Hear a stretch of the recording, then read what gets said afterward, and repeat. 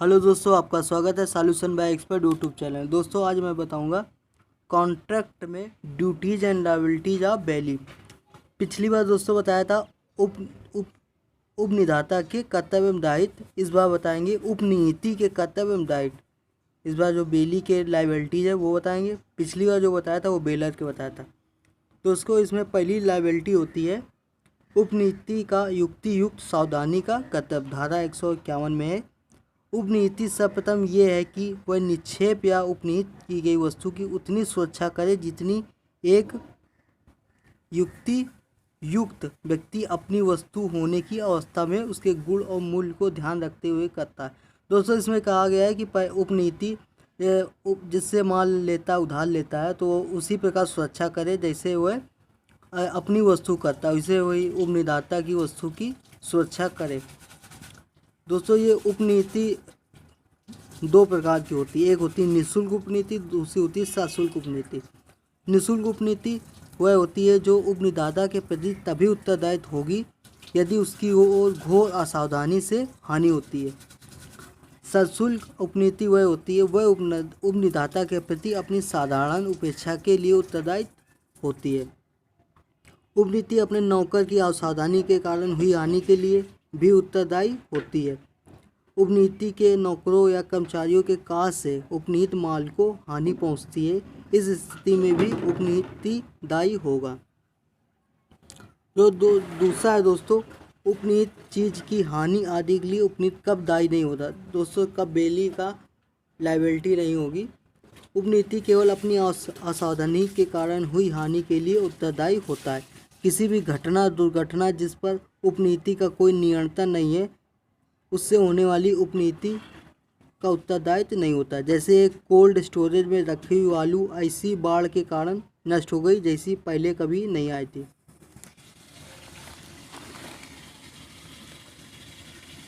दोस्तों धारा 153 में उपनीति के ऐसे कार्य द्वारा जो शर्तों से असंगत हो उपनिदान का पर्यवसान।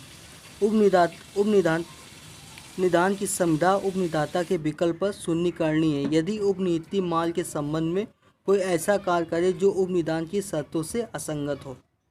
धारा 154 में उपनीत माल का अपराधीकृत करने वाले उपनीति का दायित्व। यदि उपनीत माल का कोई ऐसा उपयोग करे जो उपनिदान की शर्तों के अनुसार न हो तो वह उसके ऐसे उपयोग से या ऐसे उपयोग के दौरान में माल को हुए नुकसान के लिए उपनिधाता को प्रतिकर देने का दायी है। धारा 155 के अनुसार उपनीति के माल के साथ साथ उपनिधाता की सम्मति से उसके माल के साथ मिश्रण कर दे तो उपनिधाता और उपनीति इस प्रकार मिश्रण में अपने अंश के अनुपात में हित में रखेंगे।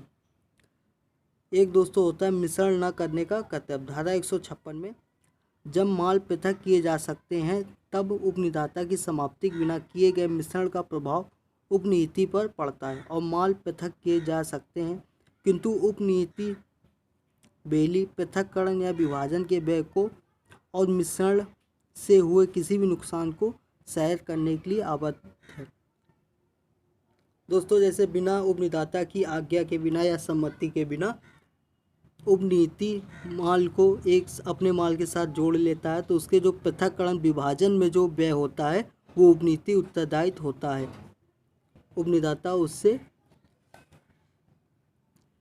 वसूल कर सकता है। धारा 157 में जब माल पृथक ना किए जा सकते, जब उपनीति ने जब उपनिधाता के माल को इस प्रकार से मिश्रण कर लिया है कि वो अलग नहीं किए जा सकते हैं, जैसे उपनीता माल को इस प्रकार मिश्रण कर दे कि वह अलग ना किए जा सकते तो उपनिधाता उस माल की हानि के लिए उपनीति से प्रतिकर पाने का हकदार है। धारा 159 में उपनिदान का उद्देश्य पूर्ण होने पर उपनिदान किया गया माल वापस योग होता है, जैसे जिससे उपनीति को उस समय में वस्तुओं के प्रयोग से लाभ से अधिक हानि होती है तो उपनिदाता क्षतिपूर्ति का जिम्मेदार होगा। धारा 160 में समय के अवसाद पर या प्रयोजन पूरा होने पर उपनीति माल की वापसी हो जानी चाहिए। इसमें दोस्तों उपनिधाता से जो उपनीति माल लेता है, बेलर से जो बेली माल लेता है तो एक निश्चित समय के बाद माल को वापस कर देना चाहिए। धारा 161 में जबकि माल समयक रूप से वापस न किए जाने पर तब उपनीति का उत्तरदायित्व होता है। माल की किसी भी हानि, नाश या क्षय के लिए वह उपनिधाता बेलर के प्रति उत्तरदायी है। उपनिहित की गई वस्तु को लौटाने के कर्तव्य का उल्लेख धारा 160 में किया गया है तथा कर्तव्य के उल्लंघन के परिणाम की व्याख्या धारा 161 में की गई है। धारा 165 कई संयुक्त स्वामियों द्वारा उपनिधान। जब माल का उपनिधान एक से अधिक स्वामियों ने किया हो तो उपनीति दूसरे की सहमति के बिना किसी भी उपनिधाता को माल वापस कर सकता है यदि कोई विपरीत संविदा न हो। धारा 166 में बिना हक वाले उपनिधाता को वापस परिदत्त करने पर उपनीति उत्तरदायी न होगा।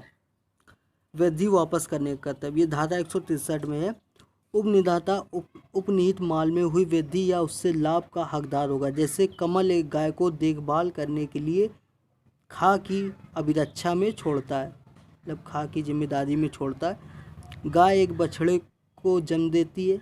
खा ये गाय और बछड़ा का को देना करने के लिए आबद्ध है।